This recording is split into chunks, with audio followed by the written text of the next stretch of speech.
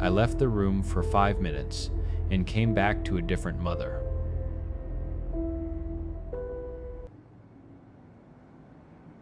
I left my mother for 7 minutes and came back to a ghost. It wasn't a real ghost, not the kind that rattles chains. It was worse. We'd had a stupid fight about a leaky faucet, and I'd slammed out the back door to find a wrench in the shed. The whole trip, tool in hand and apology on my tongue, took 7 minutes. When I came back in, she was sitting in the same chair, but the light in the room had changed. It clung to her differently. The skin around her eyes, which had been soft with the fine lines of her late 50s, was now as thin and cross-hatched as bruised tissue paper. A thick shock of white, stark as bone, had bloomed at her right temple. "Orrin?" she asked, and her voice was frayed, like a rope that had been holding a heavy weight for too long. "You were gone forever." That was the first time. The first time I understood the curse I carry. For my family, time doesn't tick, it floods. And my presence is the only thing that holds back the water. If my eyes are on you, you are safe. The second I look away, the years rush in.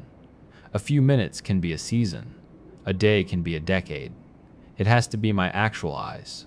A photograph is a memory. A video call is a ghost in a machine. Only the light bouncing off their skin and into my retinas keeps the leash on time. No one else's gaze works, just mine. My life is a rotation, a patrol. I have a whiteboard by the kitchen door, sectioned into hours like a prison guard schedule. Mother 7 a.m., 9 a.m. Father 10 a.m., noon. Zella 5 p.m., 7 p.m. I've learned to make deposits, sitting with one of them, just staring, banking a few hours of stability so they can sleep without my watch. But a harsh word, a look of anger, that's a withdrawal. It thins the leash. The years slip through faster. So I've learned to look with a kindness I don't always feel. My sister Zella thought I was losing my mind. She's a lawyer, pragmatic and sharp. She called it a stress-induced delusion. Then she had to study for the bar exam. She checked into a hotel for 3 days of uninterrupted cramming. No calls, no visits. "I'll be fine, Orrin," she'd insisted. "I'm not a child." On the third day, she called me, her voice a dry whisper. I broke every speed limit to get to her hotel. When she opened the door, it wasn't the white streak in her hair that I saw first. It was her hands. The knuckles were thicker, the skin looser, dotted with faint liver spots that hadn't been there on Tuesday. "Don't say it," she rasped, her throat sounding raw. "Just don't." I didn't. I just drove her home and added her to the whiteboard. We've developed a language of strange, tender rituals. I'll stand in the bathroom doorway and talk to my father while he shaves, so he's not unseen behind a closed door. I eat my meals standing on the threshold of whatever room my mother is in. When I have to run an errand, I'll tell them to watch the window, and I'll walk backward down the driveway, my eyes locked on their faces until I have to turn the corner. But I still make mistakes. My Aunt Leona and I had a falling out over my grandfather's will. We didn't speak for 2 months. I told myself the rule didn't apply to anger, to willful absence. It was the worst mistake of my life. When we finally used our emergency key to get into her apartment, she wasn't dead. She was just gone, lost in the fog. The apartment smelled of dust and old newspapers. She was watching a nature documentary, and when she turned to look at me, there was no recognition in her cloudy eyes. Just a vague, polite confusion. She'd skipped a generation. I take her soup twice a week now. It doesn't fix anything, but it's something to hold. When Zella had her son Miro, I stared at him for hours in the hospital, my eyes burning. I swore I wouldn't look away. But at the christening party, I had to step onto the porch to argue with the caterer. 5 minutes, tops.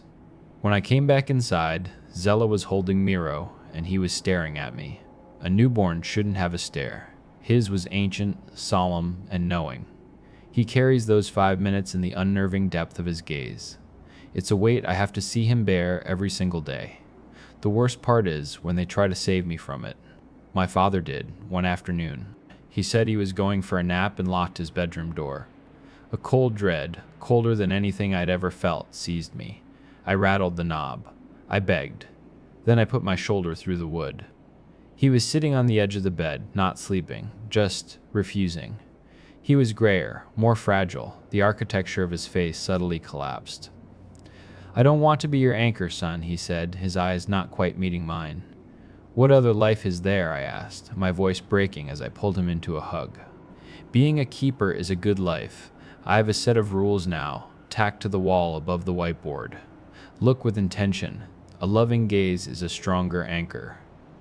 Never a closed door. If they close one, I sit on the floor outside until it opens. Always come back. Shame is a poor excuse for letting time get away.